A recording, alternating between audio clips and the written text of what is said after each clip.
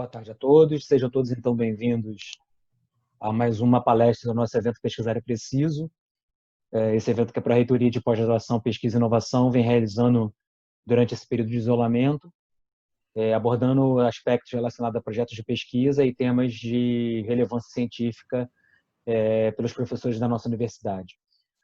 Hoje a gente tem o prazer de receber o professor Dr. Rossano Pecoraro, que vai falar sobre Assim Falou a Covid-19, a filosofia e a narrativa de como um vírus mudou a sociedade.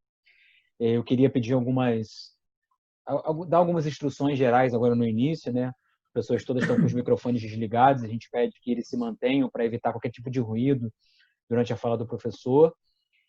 No final, como a gente tem sempre feito, a gente vai abrir através do chat palavra ou até alguma pergunta que alguém queira fazer, algum comentário. E aquelas pessoas também que desejarem certificado de participação podem colocar o nome e o e-mail no nosso chat que a diretoria de pesquisa vai providenciar. Eu queria também já adiantar a nossa agenda para essa próxima semana. O nosso evento, para quem tem acompanhado, tem acontecido sempre às terças e sextas, às 14 horas. Então, na sexta-feira, o professor Dr. Rodolfo de Almeida Lima Castro vai falar sobre a importância da avaliação de qualidade de vida relacionada à saúde e de medidas de desfecho relatadas pelo paciente em algumas pesquisas. E na semana que vem a gente vai ter a honra de receber primeiro, na terça-feira, dia 30 de junho, a professora doutora Paula Santos Serino, que vai falar sobre gestão de riscos e sustentabilidade de cadeia de suprimento da Escola de Engenharia de Produção. E na sexta-feira, dia 3 de julho, o professor doutor Paulo Henrique Godoy, da Escola de Medicina, vai falar sobre investigações utilizando bases de dados secundárias e vinculação probabilística utilizando a ferramenta de linkage. Eu queria agradecer muito a Rossano aí pela disponibilidade. O professor Rossano é professor adjunto do Departamento de Filosofia da Unirio e também professor do Programa de Pós-Graduação em Enfermagem e Biociências. É responsável científico do Acordo de Cooperação Internacional entre Imagem, Estética e Política, firmado entre a Unirio e a Universidade de Turim. Teve a sua formação de pós-doutorado pela CAPES, PNPD, UFPI, doutor e mestre pela PUC-Rio e graduado em Filosofia pela Universidade de Salerno, na Itália. É também especialista em mediação de conflitos pela Ampar, na Itália, e foi professor formador da primeira turma de especialização em ensino da filosofia no ensino médio com a Unifesp-UAB. Hoje ele é coordenador, líder do Laboratório de Filosofia, Política e Moral Gerardo Marota e participa ainda de outros grupos e tem se dedicado ao estudo de temas e questões de diversos autores da filosofia moderna e contemporânea, na análise de biopolítica, poder, liberdade, na investigação da crise do formalismo democrático e da consolidação dos fascismos sociais, estéticos e digitais, e na crítica das análises pós-modernas da ciência e da sociedade. Professor Rossano, eu queria muito agradecer aí e passar a palavra para você dar início à sua apresentação. Obrigado, Anderson. Eu agradeço pelo convite e, como já comentei com você em outras ocasiões, parabenizar de verdade a iniciativa, que foi uma das primeiras, né? A tentar extrair algum sentido educacional, didático, pedagógico, de formação e de pesquisa dessa crise imensa devido à pandemia e outros problemas que o mundo e o Brasil estão passando. Então, agradeço também a presença de colegas, amigos e amigas que estão presentes. É um prazer revê-los, pelo menos virtualmente, que já é alguma coisa importante para as nossas emoções e a nossa maneira de encarar o mundo. Então, o professor Anderson já leu o tema da minha apresentação e, antes, né, de compartilhar com vocês essas ideias em relação a esse suposto novo normal, né, a essa nova maneira de viver, de amar, de pesquisar, de ensinar, que dizem a pandemia trouxe nessa mudança social. Esse é o meu foco, né? Transformações sociais. Mas antes disso, eu gostaria de esclarecer o contexto muito geral e muito sintético, evidentemente, no qual essas reflexões que eu vou compartilhar daqui a pouco com vocês se inserem. Então, o ponto de partida é o projeto de pesquisa, o meu projeto de pesquisa cadastrado, né, na DPQ, e as atividades, tanto de ensino, como de pesquisa, como de extensão, que ao longo dos últimos anos se inseriram, se enxertaram nesse quadro geral que eu vou expor rapidamente para vocês, né? Então, o projeto de pesquisa é Vida, Corpo, Biopolítica, Era Digital, Tecnociência, Técnica. Essas são as palavras-chave e os temas, né? Eu gostaria de lembrar, foi uma honra para mim ter nesse projeto de pesquisa, um projeto de pesquisa que se intitula de maneira muito clara A Genealogia da Biopolítica, a genealogia, a arqueologia, se vocês quiserem, do conceito de biopolítica, que foi contemplado com uma bolsa o ano passado no edital da DPQ, da Proreitoria de Pesquisa, de Pós-Graduação, Pesquisa e Inovação, né, de bolsista, Produtividade de Pesquisa da Unirio. Eu tenho a honra de ser atualmente um bolsista. Vamos ao que interessa mais que o nosso tema.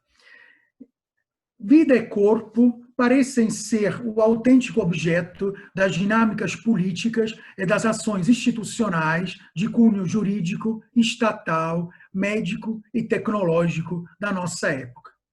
O que está em jogo, de acordo com a precisa formulação do filósofo italiano da biopolítica, Roberto Esposito, ele expressa essa definição num livro ainda não traduzido, se eu não me engano, para o português, que é Termos da Política.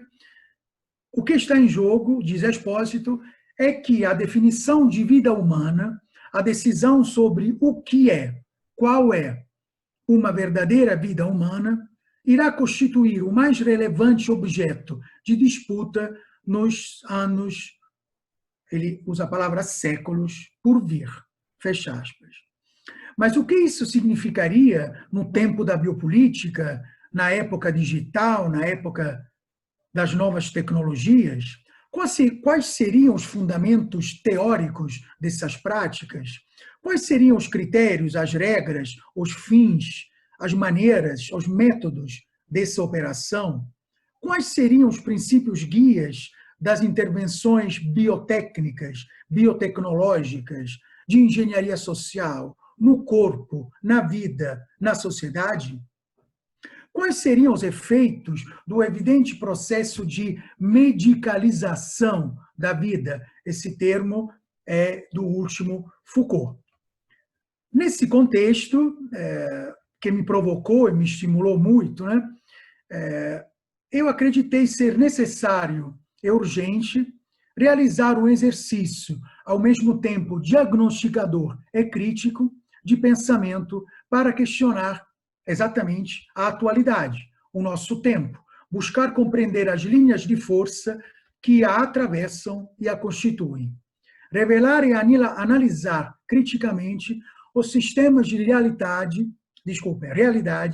que as vontades de potência ou as redes de poder injetam nas nossas existências cada vez mais desorientadas.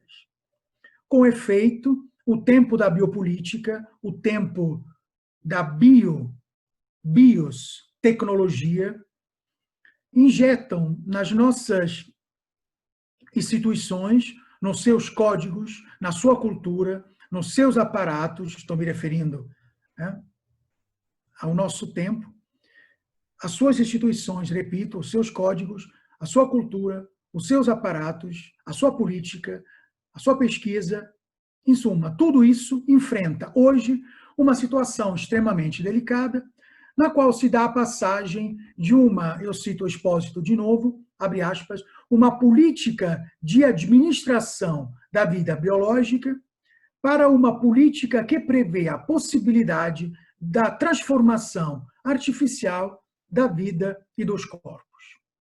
O avanço da biotécnica e os progressos das ciências biológicas constituem e constroem novos horizontes de sentido, em que a ampliação das antigas possibilidades de ação se soma à invenção e disponibilização em larga escala de inéditos instrumentos de intervenção tecnológica, biotecnológica, biomédica, biotécnica, instrumentos potentes que não são invasivos, né, e são extremamente sedutores. Eu cito aqui Habermas: o que antes era dado como natureza orgânica e podia, quando muito, ser cultivado, move-se atualmente no campo da intervenção orientada para um objetivo. Se traça um espaço no qual lutas inevitáveis começarão a se travar sobre o direcionamento da criação dos seres humanos. É nesse contexto, e aqui eu concluo, que o meu projeto de pesquisa, como eu já disse, se insere com o preciso objetivo de traçar uma perspectiva interpretativa, uma perspectiva que interrogue o passado para compreender o presente, por exemplo, e, portanto, que seja capaz de contribuir para o esclarecimento de algumas das questões ético-políticas e também estéticas, a questão da imagem na era tecnológica, na era digital, por exemplo, questões que são decisivas na nossa contemporaneidade. Esse projeto de pesquisa se tornou mais rico praticamente desde o início, 2014, mais ou menos, 2015, a partir de uma análise que eu desenvolvi de pensamento, de história do pensamento, não só filosófico, latino-americano, sobretudo no século XIX e no século XX, o que me permitiu pensar de maneira mais ampla e com outros instrumentos conceituais, não apenas os instrumentos conceituais da tradição europeia, clássica, grego-romana, italiana, alemã, francesa, mas também usar conceitos e autores da tradição filosófica riquíssima e, infelizmente, pouco conhecida da filosofia, sobretudo da filosofia política, da filosofia social e da estética latino-americana e também brasileira. Nesses contextos, aí nós vamos já ao cerne da nossa exposição, um dos rios, né, conceituais e históricos de análise e de pesquisa foi o que levou a minha reflexão durante esses meses, a partir de algumas análises filosóficas, sociológicas, científicas e históricas e também jornalísticas, que analisaram e diagnosticaram essa suposta mudança que a pandemia trouxe, ou trará, ou deveria trazer, é o famoso novo normal.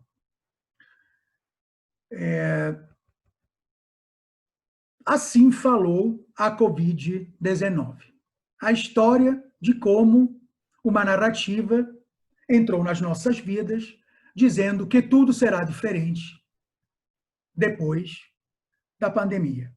Evidentemente, já pelo título, eu compartilho com vocês uma crítica dessa análise e algumas perspectivas. Enfim, nesse contexto, né, que todos nós no mundo estamos vivendo, eu parti de um termo alemão, né, filosófico, né, Grundfrage, a pergunta fundamental. Qual é a pergunta fundamental do nosso tempo? Resposta. De acordo com filósofos, sociólogos, historiadores e assim por diante ao longo desses 3 meses. A pergunta é: a pandemia Covid-19 está modificando o nosso mundo, a nossa sociedade, o nosso ser com os outros, a nossa subjetividade, a nossa ética? Se trata, evidentemente, de uma questão decisiva, mas que em poucas semanas parece já ter perdido uma parte significativa da sua tensão crítica. A razão é simples, a meu ver. O senso comum contemporâneo, atordoado por décadas de relativismo, de tudo vale e de ataques à verdade, não somente como queria um filósofo do século XX, Luigi Pareson, um filósofo italiano, não se encontrou nem conspirou com o pensamento filosófico, mas também o seduziu ao ponto de forçá-lo a aceitar que sim, tudo será diferente na sociedade e na cultura pós-pandemia. E que devemos nos acostumar com esse novo normal que as ciências humanas e sociais estão, de modo um tanto apressado, prefigurando e descrevendo numa mistura de esperança ingênua e agitação distópica. Evidentemente, não estou afirmando, é claro, que as nossas sociedades e as nossas visões de mundo não foram arranhadas ou transformadas pela pandemia. Mas antes de se arriscar a fazer propostas, especialmente no calor do momento, como às vezes se costuma dizer, é necessário investigar e entender a natureza dessas, entre aspas, mudanças. Nesse sentido, eu submeti à prova, em outros contextos, já escrevi alguma coisa a respeito, nesses últimos, final de maio, junho, 3 níveis ou planos de análise, para a gente ter ao menos um solo comum para discutirmos e debatermos. O primeiro nível, ou plano de análise, nos mostra uma série de mudanças ditadas pela ciência e pelo senso comum, por que não? Mudanças de natureza higiênico-sanitária. Eu peço desculpas se vou repetir indicações que nós estamos cansados de saber, mas isso faz parte da análise. Lavar bem as mãos, não trazê-las para o rosto, cobrir a boca ao tossir e espirrar, falar em voz baixa, evitando a expulsão de partículas de saliva, não se aglomerar, manter a distância de segurança de 1 aos 2 metros, etc., etc. Eu já disse isso em outros contextos, ou seja, confesso que eu sempre senti, interrogado, em conversas de amigos, por exemplo, de colegas, um pouco de vergonha ao pensar que alguém poderia me explicar para analisar filosoficamente essas mudanças. E a minha resposta sempre foi, para mim mesmo, em primeiro lugar, e para outros contextos, um misto de surpresa, perplexidade, e, por que não, um pouco de revolta também. Eu digo, galera, a gente não consegue perceber que esses são princípios básicos, regras de jardim de infância, ou no máximo de primeira série do ensino fundamental, que, porém, não respeitadas por causa do senso de onipotência e da regressão narcísica, um termo chave da psicanálise, típica das nossas sociedades pós-modernas, provocaram e aceleraram a difusão do contágio. O segundo nível revela uma série de mudanças mais intensas. Compreendemos que as novas tecnologias digitais não são tão ruins. Percebemos que a nossa afetividade pode se expressar por meio de interações puramente virtuais, usando o smartphone e o laptop, que podemos compartilhar com os outros as nossas pesquisas através de um programa, por exemplo, de um canal, de uma iniciativa como o nosso, como aquele que está me hospedando, pesquisar é preciso. Ficamos surpresos quando descobrimos, talvez ficamos surpresos, quando descobrimos que podemos amar, odiar, nos indignar, gozar, fazer sexo, amar, seduzir e ser seduzidos, assistir a um show, cozinhar com receitas, sem ter nenhum contato físico, fechados nos nossos quartos. Percebemos, talvez com medo, que podemos trabalhar em casa e que os nossos jovens podem, apesar das dificuldades e das injustiças sociais que transformam muito deles em párias digitais, encontrar novas formas de socializar, de aprender, de expressar-se, de conviver com os outros. O terceiro nível diz respeito ao impacto socioeconômico e político da pandemia. Os tópicos mais importantes e discutidos na literatura dos últimos 3, 4 meses são, grosso modo, esses. O uso massivo das tecnologias de controle e dos sistemas de vigilância social em nome da segurança sanitária, a ideia de um estado de exceção permanente, a redução ou dissolução de direitos e liberdades, o debate sobre o destino do capitalismo e do neoliberalismo, o impacto da grave crise econômica em curso, etc. Esse terceiro cenário que mais tem interessado intelectuais e professores. Eu tenho estudado, vou citar alguns nomes, não vou entrar no mérito, porque a literatura é ampla, o tempo é pouco.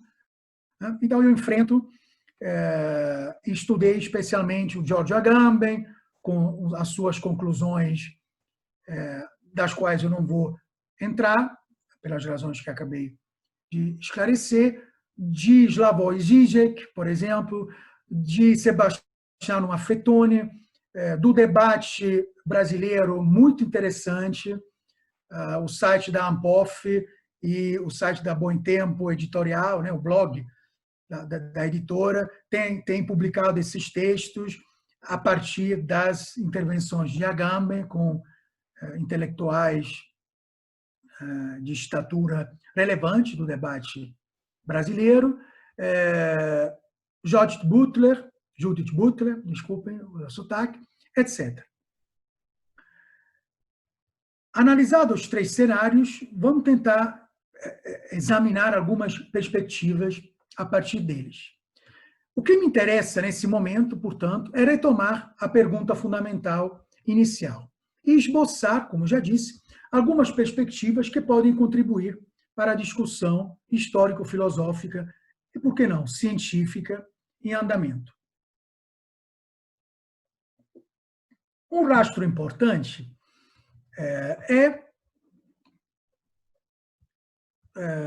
aquele que se mostra através da reflexão em torno das noções de individualidade e de coletividade, de si mesmo e de ser com os outros. Esse é um aspecto essencial. Ora, o que significa seguir uma regra ou uma norma estabelecida, por exemplo, por um decreto de isolamento social ou de lockdown? Com base, portanto, em decisões políticas soberanas e em recomendações tão soberanas, talvez, quanto recomendações médico-científicas. Um exemplo de resposta. Nas investigações filosóficas, Wittgenstein, um filósofo alemão, um dos clássicos da filosofia do século XX, deixa claro que nenhuma regra pode determinar o modo de agir do ser humano. Somos orientados por indicadores de direção, a expressão é dele, cuja eficácia reside apenas na existência de um uso constante de um hábito social. Seguir uma regra é costume, é pura praxis. Nada mais é do que seguir convenções comunitárias ou institucionais. O fundamento de uma regra ou norma, portanto, deve ser encontrado exclusivamente na interpretação e no uso feito por uma determinada sociedade, regida por vínculos políticos, afetivos, econômicos, etc. Tem outro autor interessante, o Benveniste, um livro de 69,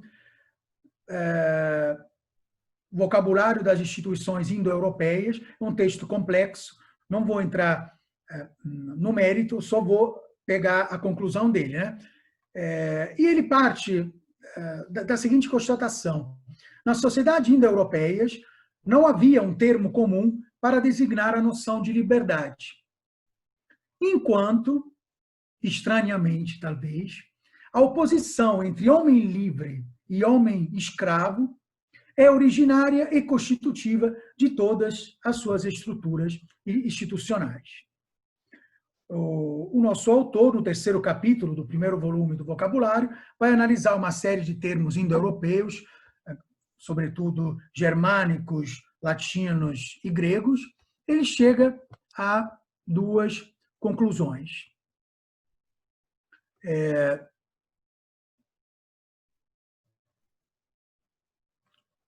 A conclusão dessas duas conclusões, me perdoe a brincadeira, porque não quero sobrecarregar, né, a nossa fala, é a seguinte: a análise dos parentescos lexicais das derivações dos termos indo-europeus eleuderos e zwe demonstra, essa análise, eu uso as palavras do nosso autor, eu cito, demonstra as bases sociais do si mesmo e do ser com os outros. Revela, diz ele, uma unidade social na qual cada membro do grupo descobre a si mesmo tão somente no seu ser com os outros. De um ponto de vista psicanalítico, se pode argumentar, portanto, que essa tensão constitutiva da natureza humana, entre individualidade e socialidade, entre a necessidade de pertencimento social e a necessidade de distinção, individuação, é fundamental, do ponto de vista psicanalítico, essa tensão é fundamental para situar a instância superegóica, que é soberana, em um nível público coletivo. O que eu trouxe de lição dessa análise, essa segunda parte da análise, a responsabilidade é minha, não é dos autores que eu citei anteriormente. A lição é: a moralidade de um sujeito individual seria, portanto, uma forma particular, uma variação da moralidade do sujeito coletivo. Podemos falar, diz Freud, leitor de Le Bon, um texto famoso, eu vou citar daqui a pouco, da moralização do indivíduo através da massa. O texto é Análise do Eu, né, de Freud. É um texto famoso, né, onde ele analisa também o comportamento das massas. Aqui eu cito Freud, mas eu vou pular, né, a crítica que ele faz. Né? Se nós podemos falar de moralização do indivíduo através da massa, vamos ver o que tipo de moralidade e de ética tem a massa. Mas não é preciso ir muito longe, enfim, a massa é influenciável, é crédula, é acrítica, pensa em imagem, tem sentimentos simples e muito exaltados, gosta do pensamento forte, do homem forte, ela é inclinada a todos os extremos, a massa se excita apenas por estímulos desmedidos, ela não aceita lógica ou argumentos. Estou parafraseando Freud. Mas, enfim, já nos aproximando da conclusão. Eu vou me estender um pouco, eu peço desculpa, mas eu preciso oferecer para quem está ouvindo os meus argumentos, né, para ser criticado, evidentemente, para eu aprender. E voltamos à pergunta inicial. O que aconteceu hoje no mundo pandêmico? Muitas perguntas, né? Aliás, a tarefa da filosofia, eu acredito, talvez a tarefa maior da filosofia é saber fazer as perguntas, não necessariamente se apressar em fornecer respostas. Fechando parênteses. Qual é a condição da filosofia? Qual é a condição da ciência? Qual é a condição da verdade, do fundamento? O que resta da filosofia? O que resta dessa configuração antiga e específica do pensamento, que desde sua origem, estou falando da filosofia, se constituiu a partir de 4 pontos cardinais. Ou seja, busca da verdade, logos, isto é, discurso racional, argumentação, universalidade. O que resta, o que sobra, o que permanece da filosofia, dessa tradição antiga que a cultura do século XX conduziu a julgamento debaixo de vara, condenou e ridicularizou? Creio que não é necessário um grande esforço de reconstrução histórica para diagnosticar a falência da filosofia do nosso tempo. Atenção para a galera que tem leituras filosóficas em um sentido mais amplo. Não se trata aqui da clássica e cíclica reflexão crítica da filosofia sobre si mesma, sobre sua identidade e suas tarefas, que, pelo menos desde Aristóteles, caracterizou inúmeras fases do seu desenvolvimento, mas de algo muito diferente e mais sério. Não estamos, por exemplo, diante da situação que o pensamento da segunda metade do século XX analisou através das noções deveras clássicas, né? De crise da filosofia, fim da filosofia, morte da filosofia, autorrefutação da filosofia, desconstrução, enfraquecimento, etc. Não. Falir significa ser mal-sucedido, enganar e enganar-se. E também não ter êxito, ser incapaz de arcar com seus compromissos, ser inadequado. Entre as culpas, me perdoem pela palavra provocativa, um pouco pesada, entre as culpas da filosofia contemporânea, segunda metade do século XX até o limiar do século XXI, está, por exemplo, a substituição do logos pela doxa. Esse é um ponto importante. A substituição da argumentação racional pela opinião. A substituição da verdade pela opinião não sustentada, por exemplo. Ignorando, aí que tem uma série de autores, a grande e incômoda lição de Nietzsche, por exemplo, posteriormente retomada por Derrida e outros autores, mas enfim. O que eu quero dizer com isso? O mecanismo dicotômico das grandes tradições de pensamento, dicotômico, os dois termos, um superior e outro inferior, a razão que oprime a doxa. Você inverte, essa é a grande lição de Nietzsche, Derrida e outros, inverter a oposição não faz outra coisa a não ser perpetuar o regime dicotômico de poder e de opressão. No caso filosófico, a gente poderia dar dezenas de exemplos. O pensamento do século XX se limitou a substituir a ditadura, entre aspas, da razão pela ditadura da opinião. Resultado, a filosofia considerou-se parcial, interpretativa, contingente, local, fraca, desconstruída, mero gênero literário, mera opinião. Ao se considerar dessa maneira, a filosofia não pôde fazer outras coisas a não ser declarar a sua bancarrota, talvez fraudulenta, e a sua impotência para formular e legitimar paradigmas de racionalidade e de verdade, entre aspas, de verdade, de alguma maneira universais, ou pelo menos universalizáveis.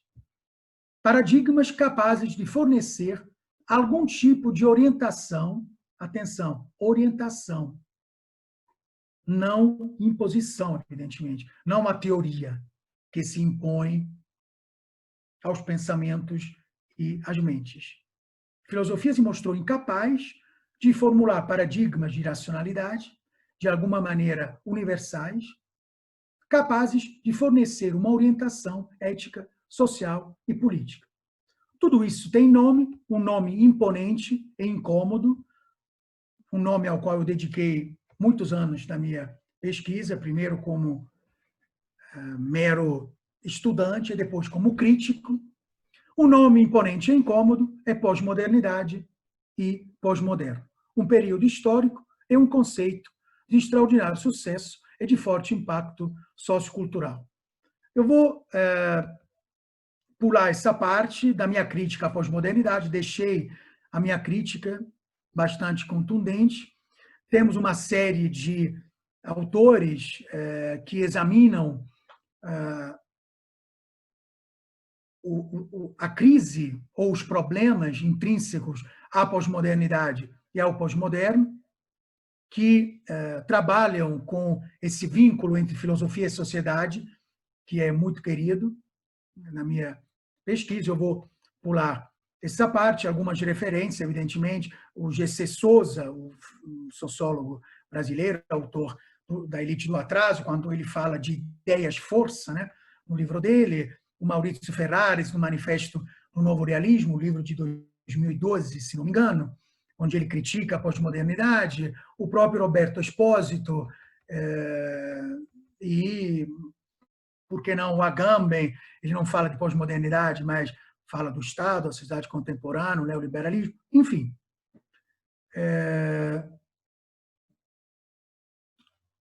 Tem, portanto, como fruto da pós-modernidade a ideia de pós-verdade, a qual eu me dedico em alguns textos.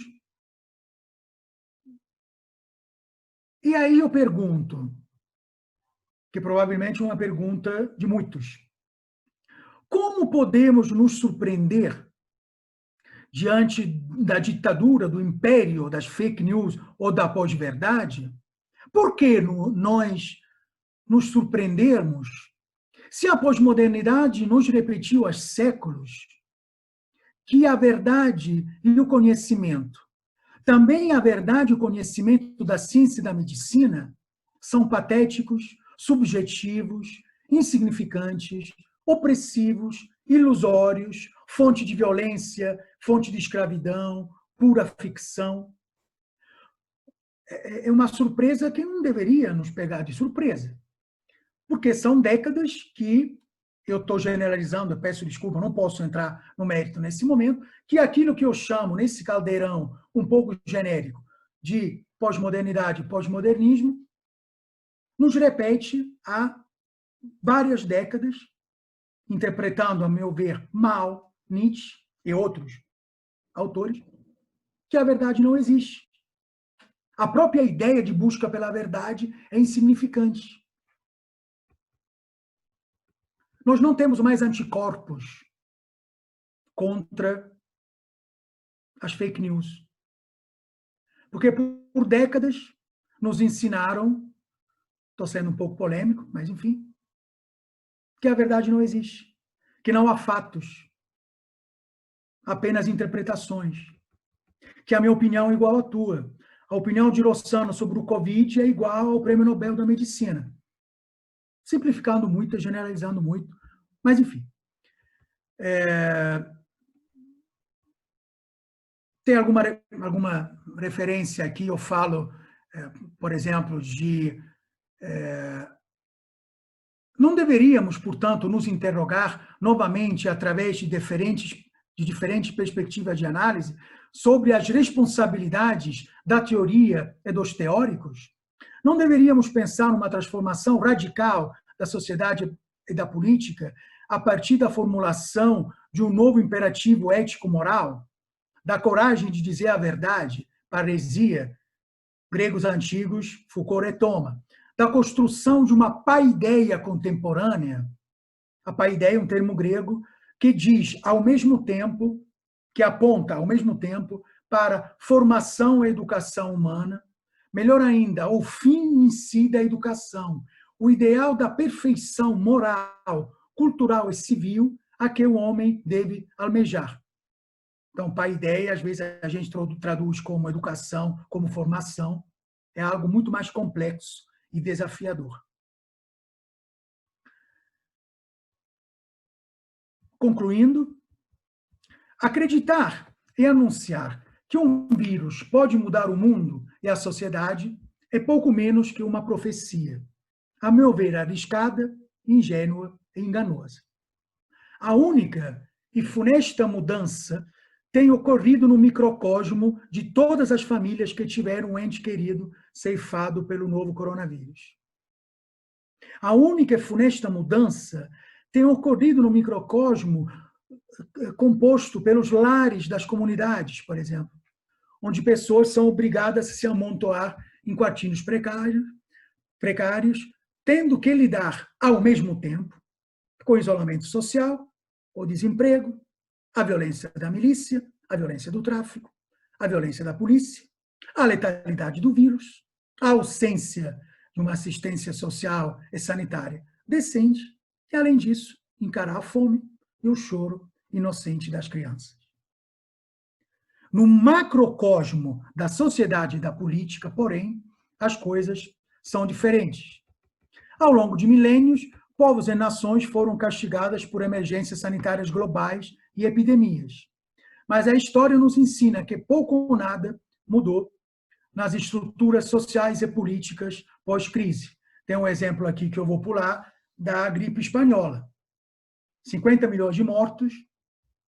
O que nós tivemos logo depois? A crise de Wall Street, nazismo, fascismo, Segunda Guerra Mundial e aí por diante. Os acontecimentos em vários lugares do mundo e no Brasil, entre o final de maio e o início de junho, parecem, de modo incipiente e sinistro, sustentar a minha perspectiva. Não houve transformações substanciais na sociedade pandêmica. Atenção, na sociedade pandêmica. Ainda estamos em sociedade pandêmica. A pandemia não passou, né? Com uma carnificina ou um genocídio em ato, uma curva de mortes e de contágios pela Covid-19 em constante crescimento, Estados Unidos e Brasil são tomados por manifestações e protestos provocados no primeiro pelo assassinato de George Floyd e no segundo pela defesa da democracia, que todos, governistas e oposição a movimentos sociais e torcidas organizadas, todos afirmam querer defender contra os ataques fascistas vindos do outro lado. Nada de novo sob o sol cinza da ideologia e do caos ético. Leis e recomendações médico-científicas ignoradas e infringidas. Aglomerações e confrontos, as usuais violências policiais e os usuais atos de indivíduo que amam atar fogo e lixo ou destruir vitrines de bancos e lojas. Os debates e as acusações de sempre na Globo, na CNN, nas mídias alternativas e digitais. A sociedade não mudou. A política não mudou. As nossas atitudes e posturas individuais em relação aos outros e à coletividade, as nossas posturas individuais em relação aos outros e à coletividade não mudaram.